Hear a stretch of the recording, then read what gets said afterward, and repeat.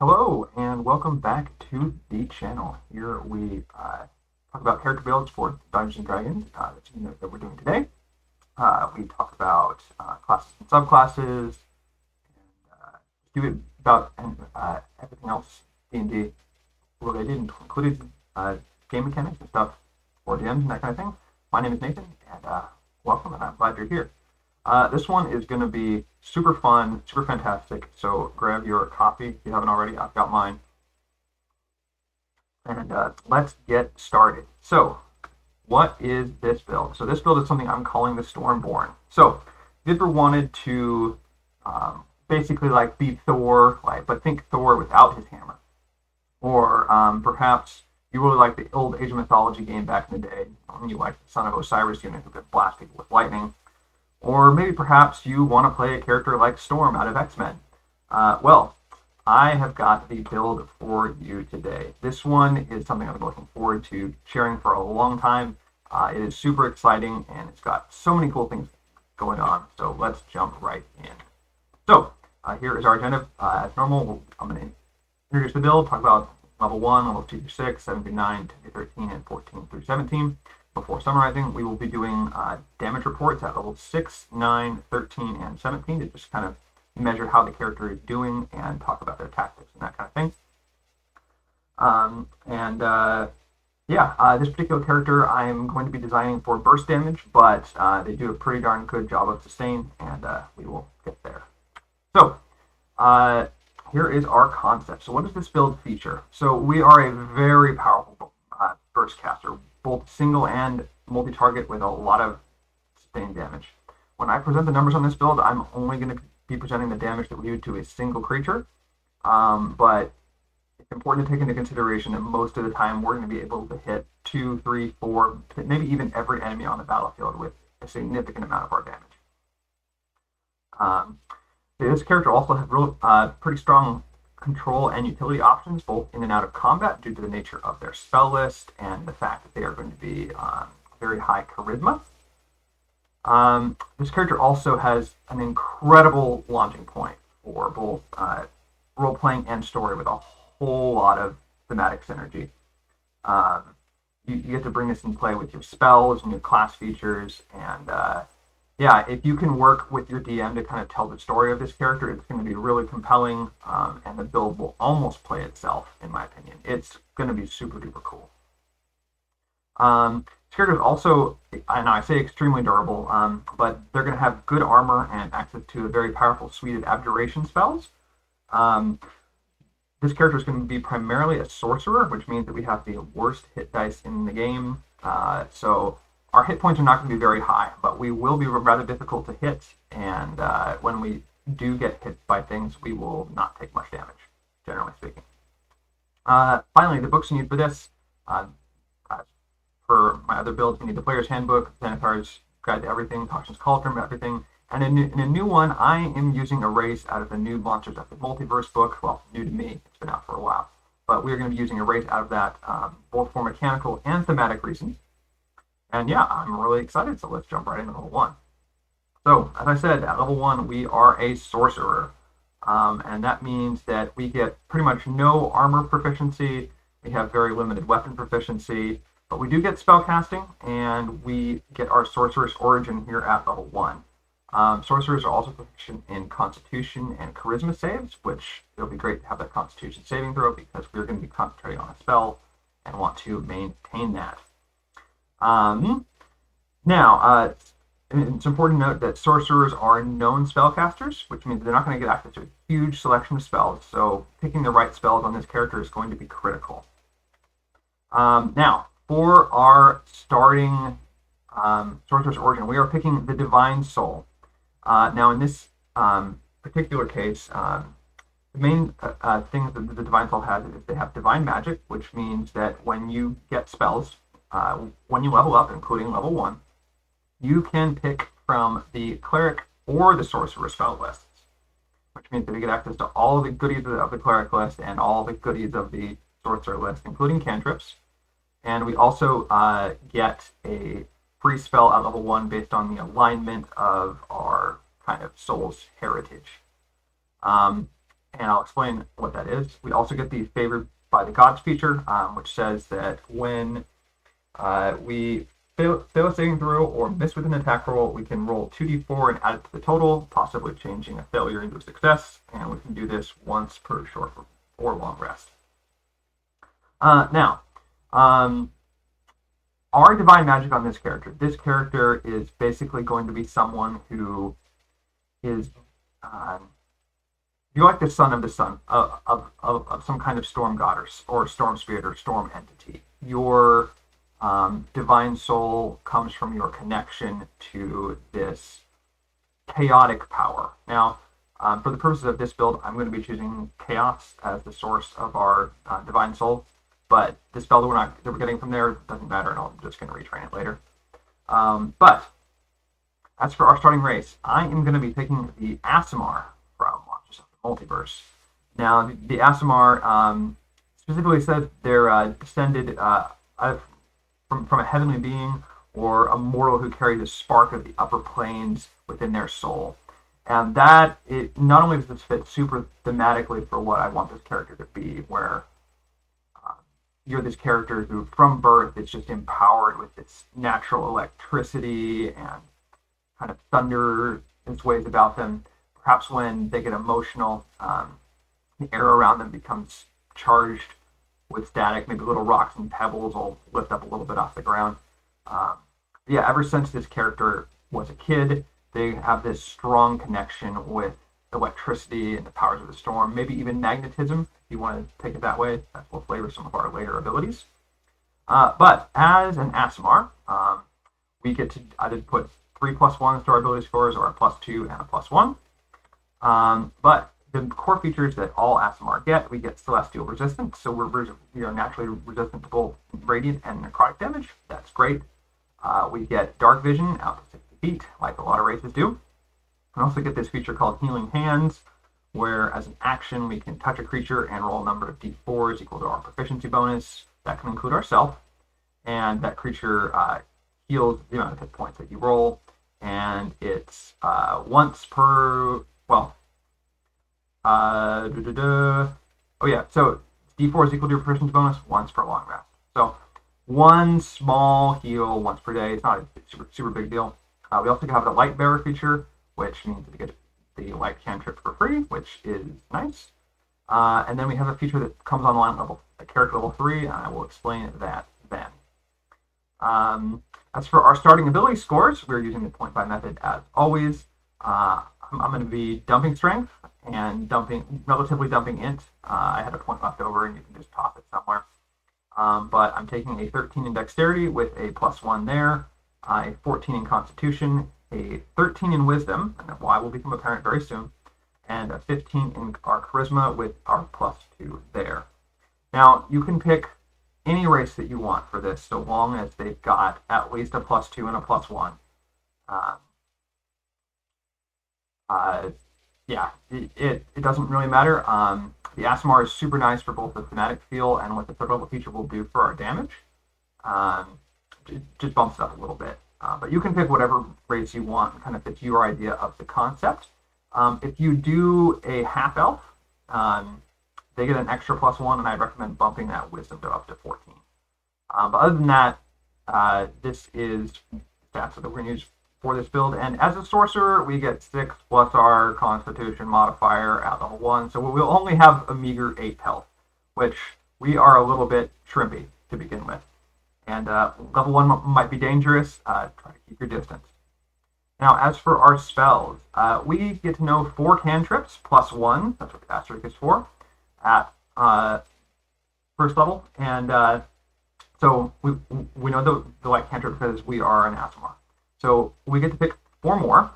And these can be from the Cleric or the Sorcerer spell list because we are a Divine Soul Sorcerer. So I'm going to pick Shocking Grasp. Oh, thematically appropriate. It's melee. This is kind of be our get out of jail free melee cantrip if someone's next to us, because it makes the target not be able to take reactions. I'm also going to pick Ray of Frost as a bit of a ranged utility. And then I'm going to take Toll the Dead off the Cleric list because this is a super high damage cantrip and also requires a save. While the other ones, our attack roll. So it's good to have a little mix of that in your uh, cantrip arsenal. And I'm also going to take the Mage Hand cantrip for utility here. Now, you may be noting that I am missing a lot of the key cantrips that a lot of people consider good, like Guidance out of Cleric, and don't worry, we will be getting those later. We don't need to take them with our Sorcerer cantrips. Now, we also get to know two spells at level 1. We have 2 first level spell slots. We actually get an extra spell here as a Divine Soul Sorcerer. It comes from our source, which is Chaos in this case. I think our storm powers come from a naturally chaotic entity. So we get to know the Bane spell. We can, if we retrain this spell later, it has to be with the spell from the Cleric list, which won't be a problem. But as for the other spells I'm picking here, we're going to pick Guiding Bolt and Shield. Guiding Bolt is a great blasting cantrip at early levels and will give us a good thing to spend our low level spell slots later on with, as it gives essentially give an ally advantage on their attacks. And Shield is just great as a reaction to get +5 to your armor class, and it's the first of our kind of abjuration suite of spells. All right. Yeah, so that is level 1. We are on our journey. We have set out from home with our storm powers are crackling and trying to figure out who we are. As for our equipment, I'm going to actually recommend the gold buy method here. Sorcerer will be able to start with an average of about 100 gold or so. And so we want to get scale mail, even though we can't use it now. We want to get a shield, even though we can't use it now. We want to get an arcane focus for our spells, and potentially a holy symbol. If you can just buy one or get one from your background choice, that would be ideal. We will need that a little bit for some of our other spells. And why it should become quite apparent. One of the first things that we're doing after setting out from home is we are trying to learn a little bit more about who we are. So at level 2, we are taking a level in Cleric. This gives us proficiency in light and medium armor, so we can use that scale mail that we bought. Also gives us proficiency in shields, so we can use that shield. It also gives us Cleric spell casting. At this level, we prepared 2 spells, our Wisdom modifier plus our Cleric level. And we get Ritual casting, which means we can cast a Cleric spell that we have prepared without spending a spell slot if we make it take a little bit longer. Clerics also need holy symbols for their spell castings, and we should already have one. We also get our Divine Domain here at level 1, and we are taking Tempest Cleric. We have found potentially the temple that's associated with our tempestuous ancestry, and are trying to learn a little bit more about it. So this gives us some bonus proficiencies in heavy armor and martial weapons, which we're not going to be using. If you want to use heavy armor, you can either play a wood elf and just eat the 10 feet move speed penalty, so you drop yourself down to 25, or you can play a dwarf and you ignore the penalty for wearing heavy armor to your speed, and you're still at 25 speed. So if you want to do that, that's fine. You'll have a 1 point better armor class. But for this character, I'm not going to be doing that. Now, other things that we get here, we get the Wrath of the Storm feature, which says that we can rebuke an enemy that hits us with an attack with our reaction, potentially making them take some lightning damage and getting pushed away. We can use this a number of times equal to our Wisdom modifier, which is only once. We're not really here for this, but it's kind of nice and flavorful. We also get a couple of class spells that we always have prepared in Fog Cloud and Thunderwave. We'll probably never be using Thunderwave because our Wisdom is going to be bad, but Fog Cloud has some potential utility. We also get to learn 3 more cantrips here from the Cleric list, and here's where we're going to pick up our utility cantrips in Guidance. I'm probably going to grab Resistance and Thaumaturgy for some extra utility. And due to the way that multiclassing works, we get an additional first level spell slot here, and I would prepare the Bless spell as it's a really good AoE party buff, especially if you have characters that make a lot of attack rolls, and Healing Word as kind of an emergency heal. These are probably the Cleric spells I would have prepared pretty much all the time. You can swap out on the Cleric list, but you want to focus on things that don't require a save or really make a huge amount of use out of your spellcasting modifier, because it's our Wisdom and it's only 13, which is the minimum that you need to be a Cleric.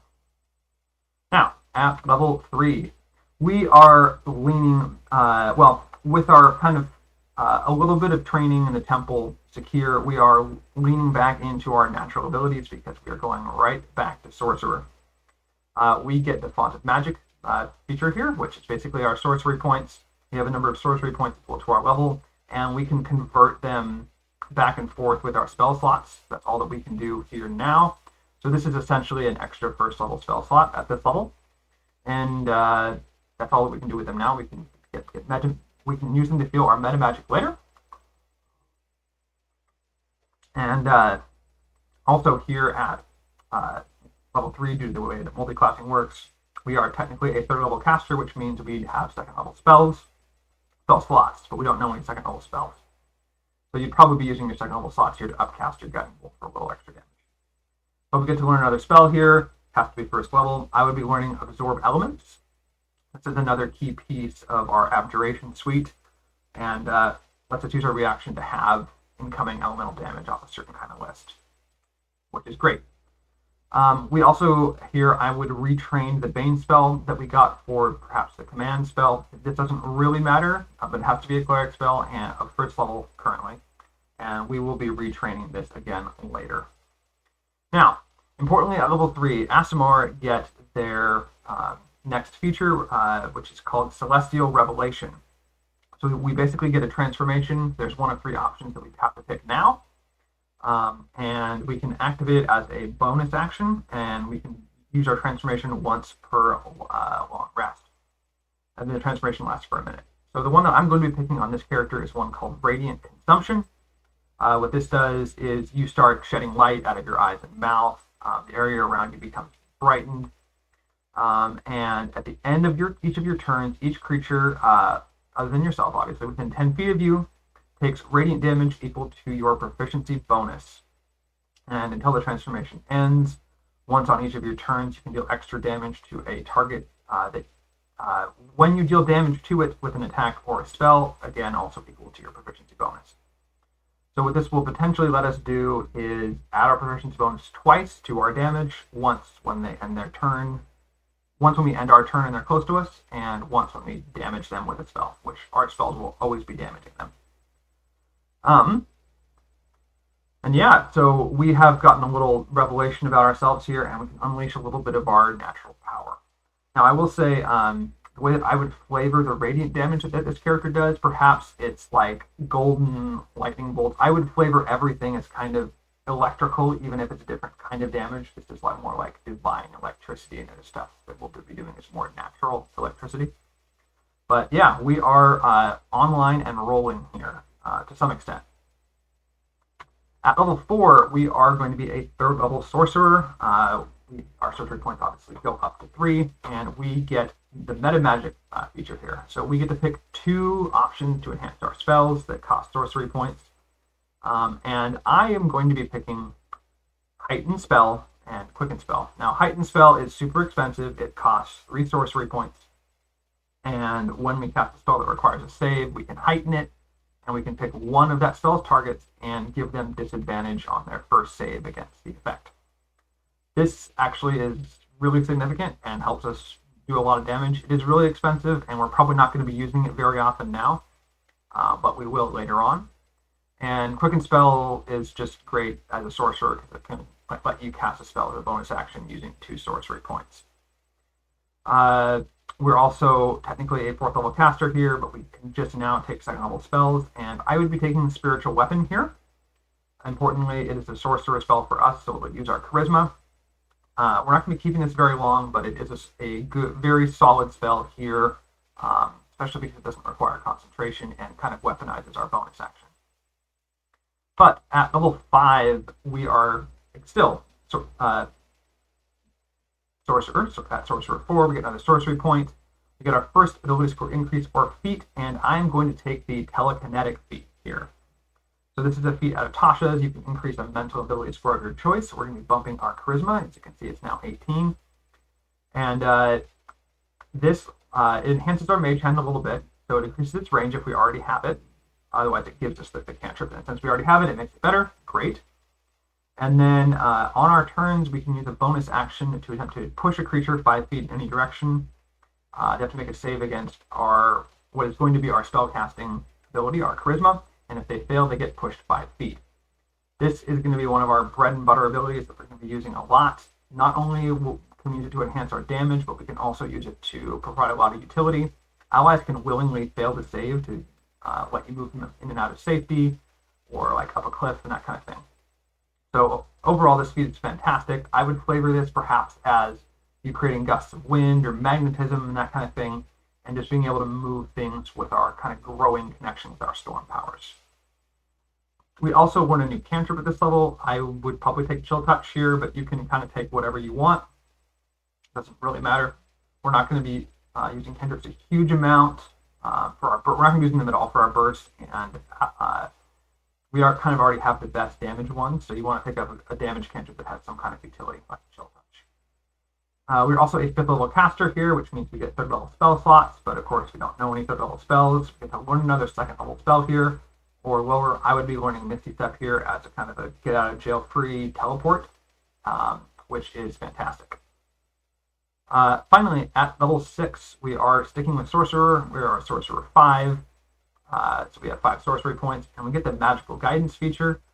This lets us spend a sorcery point to reroll a skill check, so this gives us some out-of-combat utility in that we can reroll like our Persuasion or our Deception, that kind of thing. I imagine this character kind of being the face of the party to some extent, especially because we have high charisma. Now, importantly here, we now know 3rd level spells. We're going to be learning the Lightning Bolt spell specifically here, and we're going to be retraining our command spell into Spirit Guardians. We also have 3 3rd level spell slots, and we are ready to go. We have the core, pretty much everything online, and let's see what it can do. So at level 6, this is our first damage report. So what we're going to be doing here is we are going to be calculating our damage against an enemy armor class of 10 or a +0 to their saving throws, and +5 and a higher armor class and save value that'll go up as we level. So what are our tactics at this point? So in the first round, we're going to be casting Spirit Guardians at level 3 and activating our Radiant Consumption feature. And then at some point after that, we're going to be casting a Lightning Bolt and heightening it, and then using our telekinetic feature to shove our target into our Spirit Guardians, and then activating Radiant Consumption. Now, the way this all works, so this character will be doing a little bit of dancing with their movement, but because of the way that Spirit Guardians works, if you've seen my forced movement mechanics video, you'll kind of understand this, but the first time a creature enters the area on a turn or starts their turn there, they take the damage. Now, walking the aura onto them doesn't count, but if you use forced movement of some kind, like a push or a pull, or you force the enemy to walk into it with a spell like Dissonant Whispers, they take the damage. Now, the shove out of telekinetic is allowed for this. So what we would do is we would position ourselves 20 feet away from our primary target, and then use the shove from telekinetic to push them into the aura to make them make the save and take the damage. Then we would step 5 feet closer to put them inside the aura of our Radiant Consumption. So, damage-wise, what does this end up looking like? So our spell save DC here is 15. We get 8d6 damage from the Lightning Bolt. We get our Spirit Guardians damage twice, once from the shove in, and once from when the creature starts their turn there.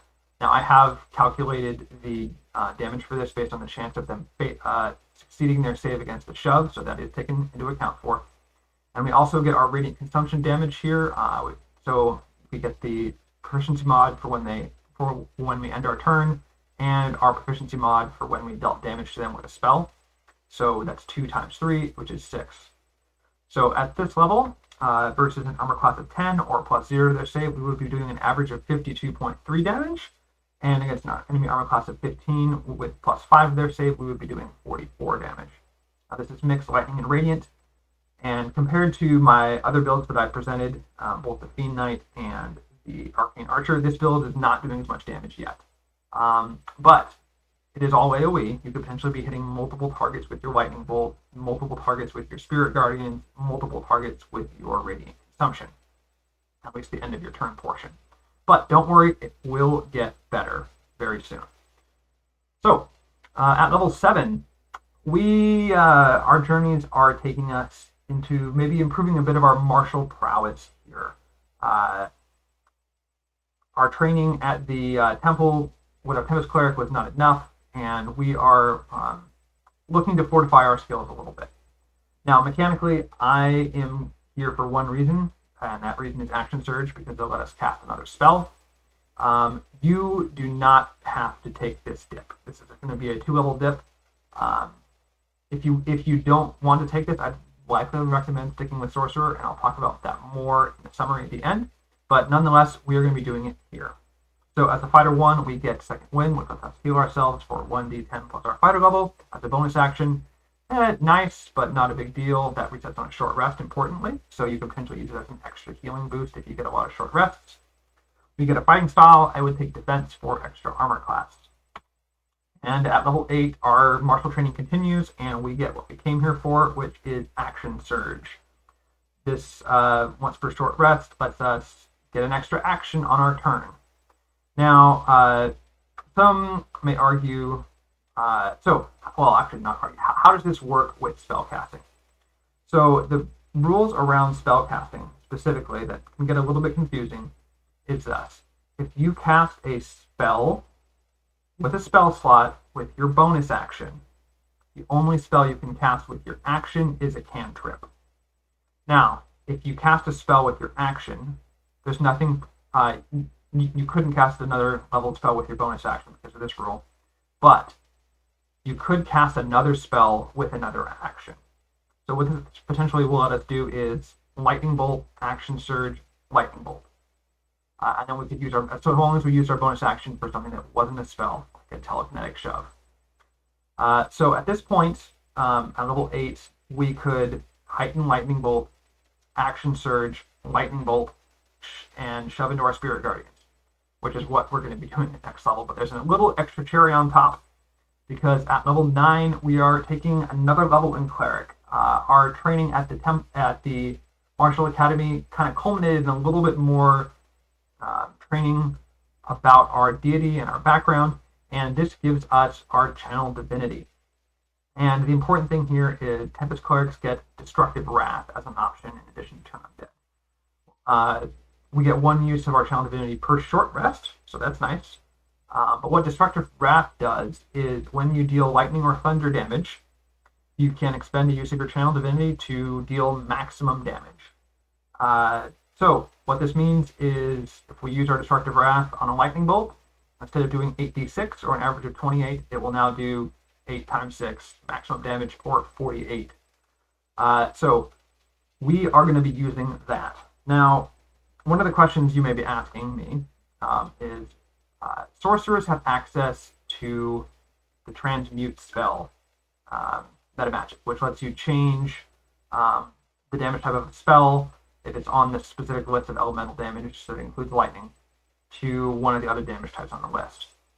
Now, when I originally thought about this character, I was going to do that, but it turns out that just using a lightning spell is pretty much better all the time, and heightening it is much better than using a different spell and turning it into lightning damage.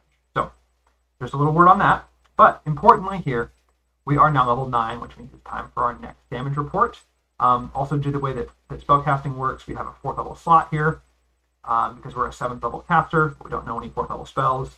And we also get to repair another Cleric spell. You can honestly pick whatever you want. I would maybe pick Cure Wounds or something here, or utility ritual like Detect Magic. But you can switch your Cleric spells out on a long rest because they're prepared, but you can't do that with our known Sorcerer spells. So, time for our next damage report. What has changed since last time? We've gotten Action Surge. We've gotten Destructive Wrath. we've gotten one 4th level spell slot, and our proficiency bonus has gone up from 3 to 4, which will increase our radiant consumption damage. So what do our tactics look like at this point? So our setup round is basically the same. We're going to cast Spirit Guardians with our highest level spell slot, which is level 4, and we'll activate our radiant consumption. And at any point after that, we're going to heighten a Destructive Wrath Lightning Bolt, Action Surge, Lightning Bolt again, and then do our Telekinesis Shove into our Spirit Guardians and activate our Radiant Consumption. Our little spacing dance is still exactly the same. So what does this mean for our damage numbers? So our spell save DC is 16 now due to the way that our proficiency bonus is in there. So our Channel Divinity Lightning Bolt does 48 damage to all targets. The first target has disadvantage on their save, so I'm taking that into account there. Then we get a normal Lightning Bolt for 8d6, and we get double our level 4 Spirit Guardians damage, so that's going to be 8d8, and then we get our Radiant Consumption damage, which is 2 times our proficiency bonus for a total of 8. So what does this mean? So against enemy with an armor class of 10 or plus 0 to their save, we now do 106.6 damage. And against an enemy armor class of 16 with a plus 6 to their save, we do 88 damage.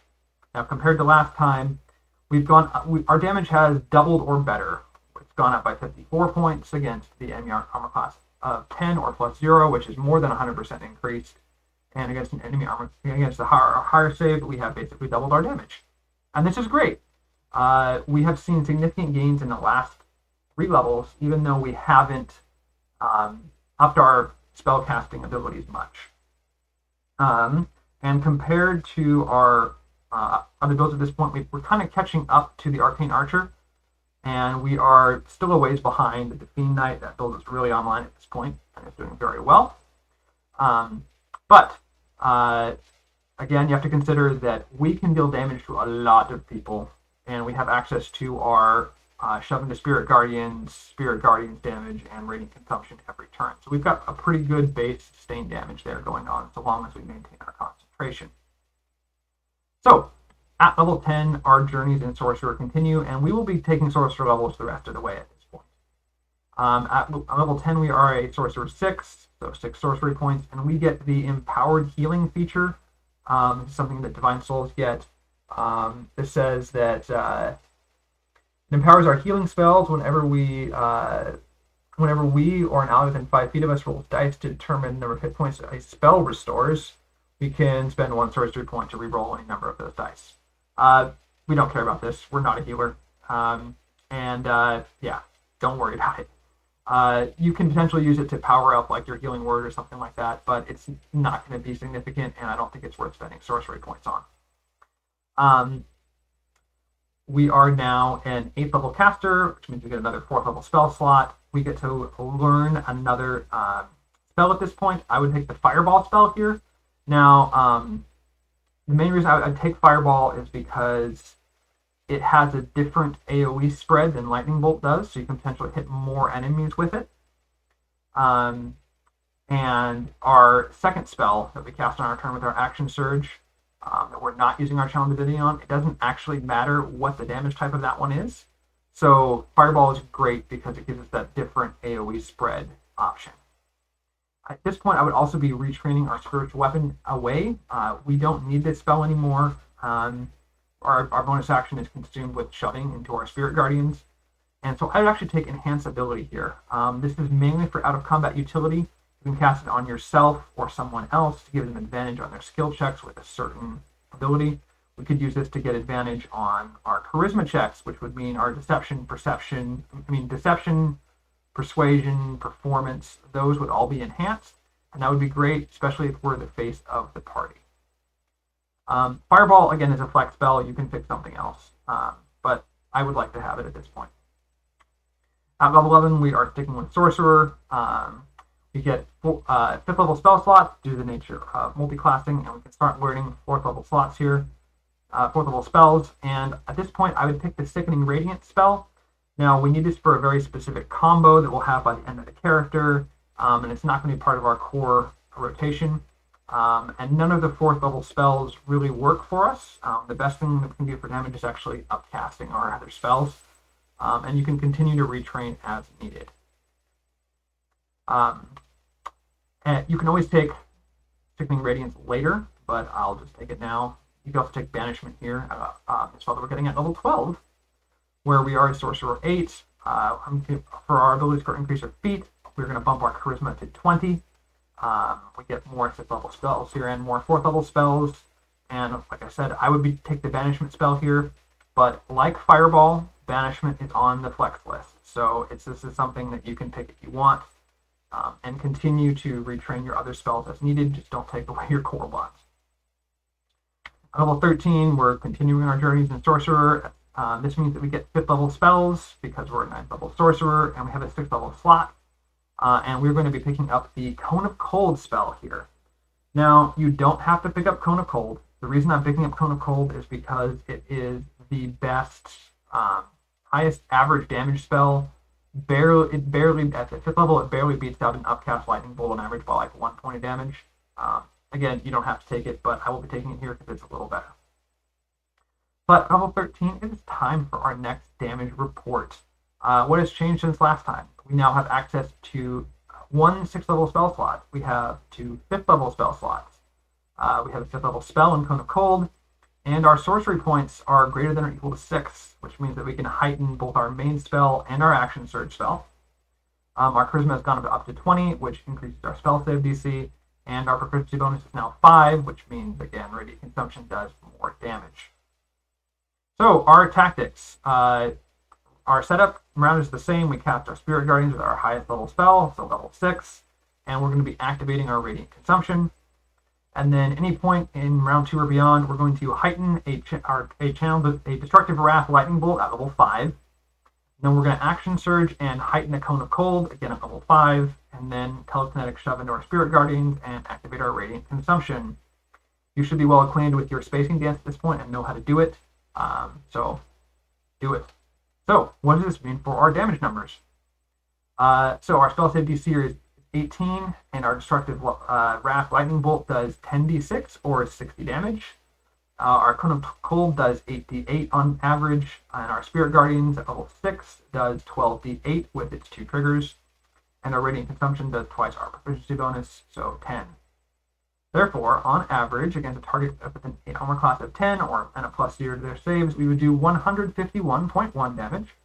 And against an enemy with an armor class of 17 or plus 7 to their saves, we would be doing 124.4 damage. And since last time, this is an increase of roughly 40%, 44.5 points of damage against the easy saves and 36.4 against the higher saves.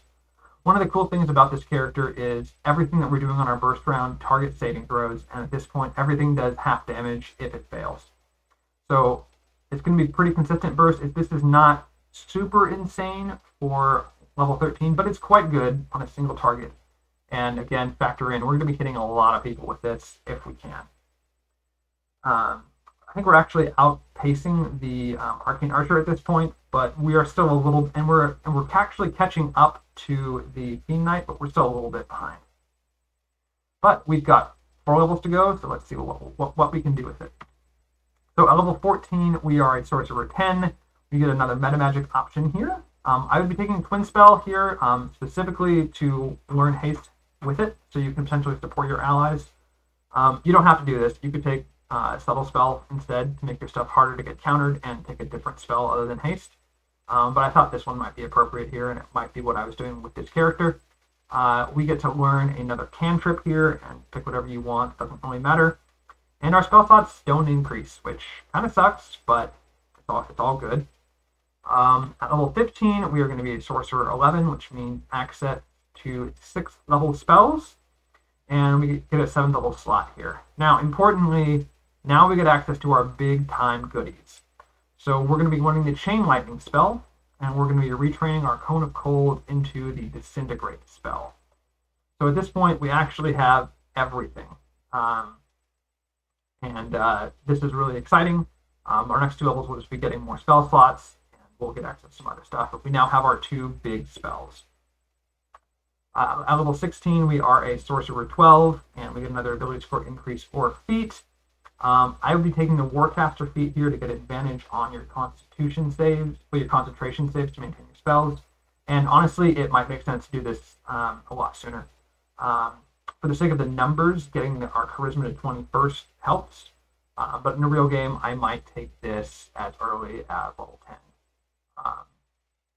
Or as soon as, I think that would be character level 12 at Sorc 8. I would probably take this then. You could even take it at level 5 if you really wanted to. But this just kind of guarantees that we'll be able to keep our Spirit Guardians up. And in a real game, you probably take this sooner. But unfortunately, we don't get any new spell slots here, and we don't get to learn any new spells, so that kind of sucks. But finally, at level 17, we are a Sorcerer 13. We get to an 8th level spell here, slot here, and we also get the Force Cage spell. This is what I would take with our 7th level spell. This gives us access to a very specific combo, and if you haven't seen that in one of my previous videos, I will explain a little bit about that in the end. So, this is our last damage report. What has changed since last time? We now have an 8th level spell slot and a 7th level spell slot, and we have the monster 6th level spells in Chain Lightning and Disintegrate, and our proficiency bonus has gone up to 6, which means that our Radiant Consumption will do 12 total damage.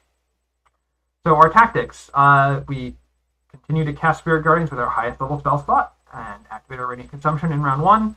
Then at any point after that, we're going to heighten a Destructive Wrath Chain Lightning at level 6, because the damage of Chain Lightning does not scale with high level spell slots. Then we'll be Action Surging and heightening a Disintegrate spell at level 7. Then our Telekinetic Shove into our Spirit Guardians, and finally activating Radiant Consumption. Now, Disintegrate is a spell that does a huge amount of damage, but if the enemy succeeds on their save, it doesn't do any damage. But with our high save DC and heightening the spell, the damage of this is expected higher than pretty much anything else in the game. So we're going to be using it for single target. If you want to just do more AoE damage, you could just fire off another Chain Lightning here, or something else like a Fireball or a Lightning Bolt or something like that. But Disintegrate does by far the most single target damage. And speaking of which, here's what our damage numbers look like here. So with a spell save DC of 19, our Destructive Wrath Chain Lightning does 10d8 damage, which, since it's Destructive Wrath, max, so 80. Disintegrate upcast 1 level here does 13d6 plus 40 force damage. And then double our Spirit Guardians at level 8 with the 2 procs is 16d8, and our Radiant Consumption does twice our proficiency bonus for 12. So, therefore, against an enemy with plus 0 to their saves, we will be doing 241.2 damage, and with plus 8 to their saves, we will be doing 186.6. This is a 50% increase against the higher save, and 60% increase against the no bonus to their saves. Most enemies probably won't have this side thing to their saves. You can probably do closer to 200 damage, but this is really good. We're still behind the Fiend Knight, but we are well ahead of the Arcane Archer, and we're ahead of the Fiend Knight if you consider that we're probably hitting multiple targets, especially given that the Destructive Wrath Lightning Bolt does 80 damage to everything it touches. That's really nasty. So yeah, that is where we are, and I'm really proud of where these numbers arrived at, and just the kind of the overall utility of this character. So let's go into our summary. What is the overall score for this character? So this is, we take our numbers of all our damage reports, and I add them together and get an average. And so this number is 124.3. This is better than the Arcane Archer by a fair amount, but better than the compound bow build that I made last time. But this falls behind our single target nasty Fiend Knight. But overall, this is really good. I'm really proud of where this character arrived at. I think this character would be super fun to play. Let's talk about some alternative build options. One of them is just to drop the Fido levels entirely. If you don't want Action Surge, I would just take more levels of Divine Soul Sorcerer.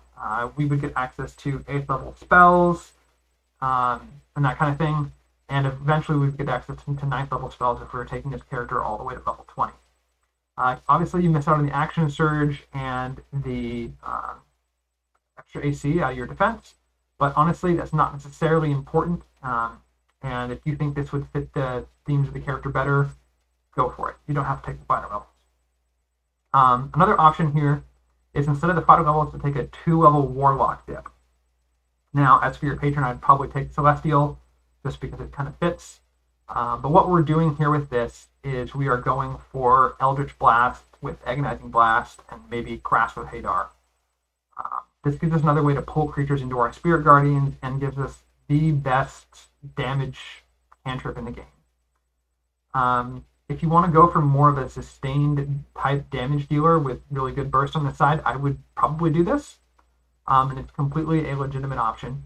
I didn't do it on this character, again, because it doesn't actually factor into the burst at all. But it's something that you can absolutely do. Now, if I was going to take this particular version of the build of 20, the one that I presented, I would take the last 3 levels in Sorcerer just because we need more sorcery points, we need more spells, and this does everything that we want there.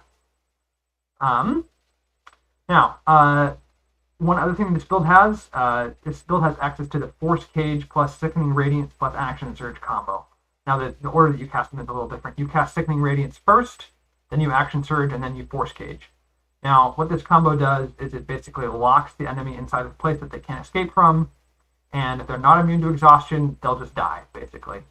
Over the course of the Sickening Radiance spell, it just gives them levels of exhaustion, and once they fail 6 times, 6 levels of exhaustion is instant death, which can be kind of a checkmate against enemies that aren't exhaustion immune and have no way to escape the cage. Which at high levels might be some enemies, but probably the bosses aren't going to have this. But this is a really good combo to have, especially because we can set it up in one turn with Action Surge. This character also has access to the full Abjuration suite, specifically Counterspell, and if your table allows Silvery Barbs, I would take it here. Now, importantly, one of the things I wanted to mention on this character is because we're a sorcerer, we don't know very many spells, and so our spell selection is really tight. There are 3 what I would consider flex slots on this list, maybe 4 if you count Enhance Ability, and those are Fireball, Haste, Banishment, and then the aforementioned Enhance Ability. If you want to go with the full Abjuration suite, which I think I probably would on this character, you're going to be needing to dropping 1 or 2 of those spells, depending on if your table allows Silvery Barbs. I might drop Banishment, honestly, for Counterspell, and maybe Fireball at a higher level for Silvery Barbs, but it depends on, again, how you're feeling the character and what you want to do. So, overall, this build has been one that I've been really excited to share. Just kind of embodies that concept of being Thor, but being lightning and really cool, almost like the Thor out of Thor Ragnarok at the end. And I mean, I would love to play this character. I would happily play them as my next character. Obviously, you're a little bit lacking in the durability department if you see that 100 hit points up there. Yeah, the character is just so cool, and I would love to play them. And yeah, I think this character concept is very compelling and functions in a really cool way. So yeah, thanks for watching. Let me know what you thought. Is this a character that you would like to play? Is this out of the box, something counterintuitive for you?